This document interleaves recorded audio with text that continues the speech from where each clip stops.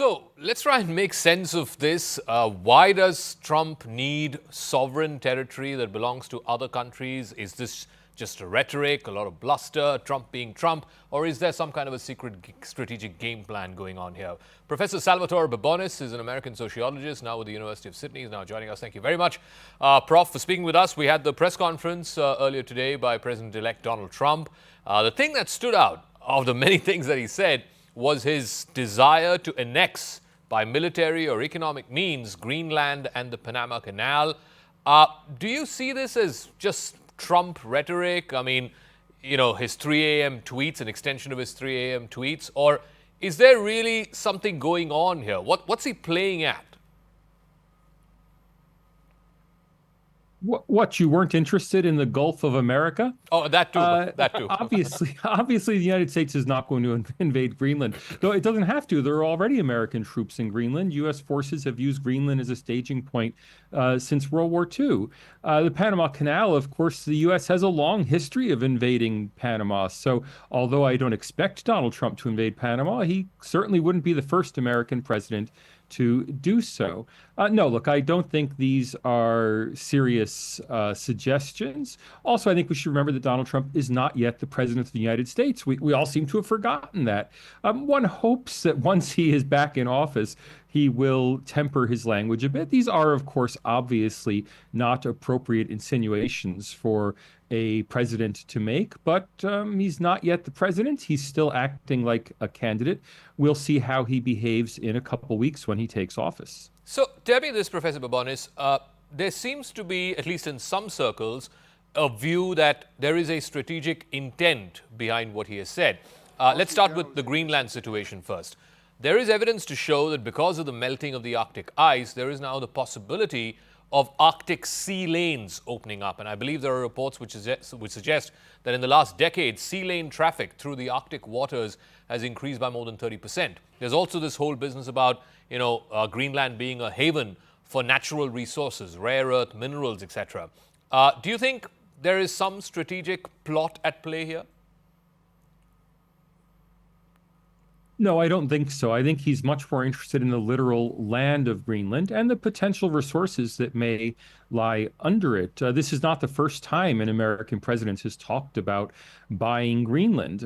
It's there for the taking in some sense. Now, of course, legally it's not there for the taking. I mean, in the imagination of somebody who is land focused, like former and future President Donald Trump. And I'm not at all surprised that he would make an offer to buy Greenland from Denmark. Not that they're likely to be in the market to sell the territory. I think Donald Trump maybe doesn't fully realize that the era when these things were done is long gone. I mean, let's face it, if this were 100 years ago and Donald Trump offered to buy Greenland, it would be considered a serious offer. In 2025, we don't take that kind of thing very seriously. Now, the Panama Canal is a much more serious issue. The United States has long relied on the Panama Canal as a transit point connecting the east and west coasts of the U.S.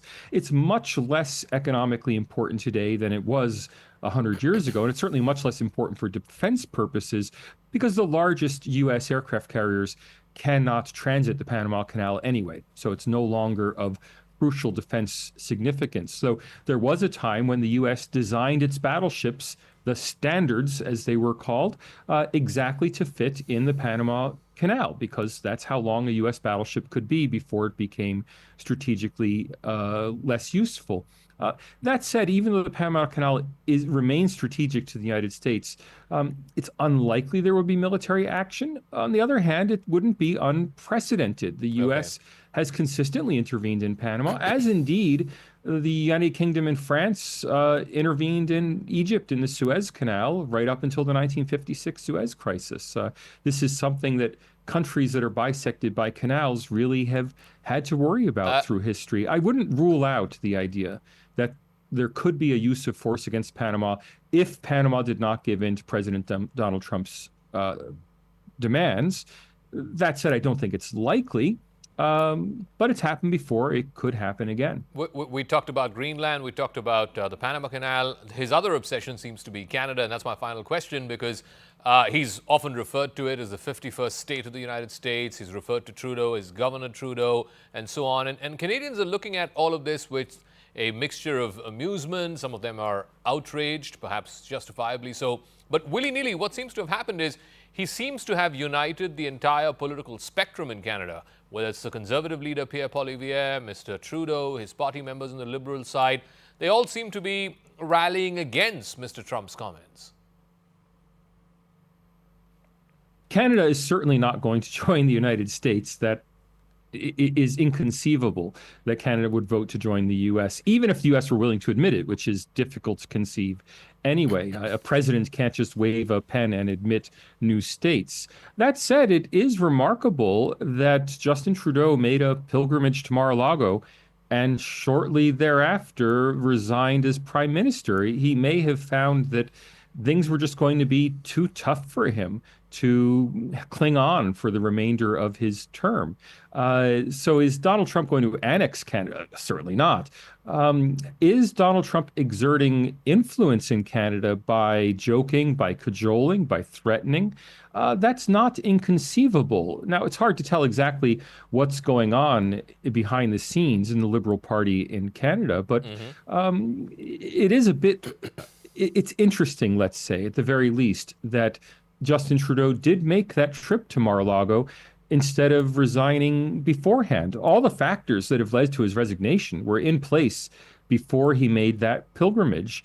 So what was said there, obviously we don't know, but all of this Trump and Musk pressure, I mean, Elon Musk has been, if nothing else, maybe in the forefront of this, all this Trump and Musk pressure on the Canadian government seems to, well, it seems possible that it has had an effect. All right. Professor Babones, it's always a pleasure speaking with you, sir. Thank you very much for joining us here on Brass Tacks. Thank you.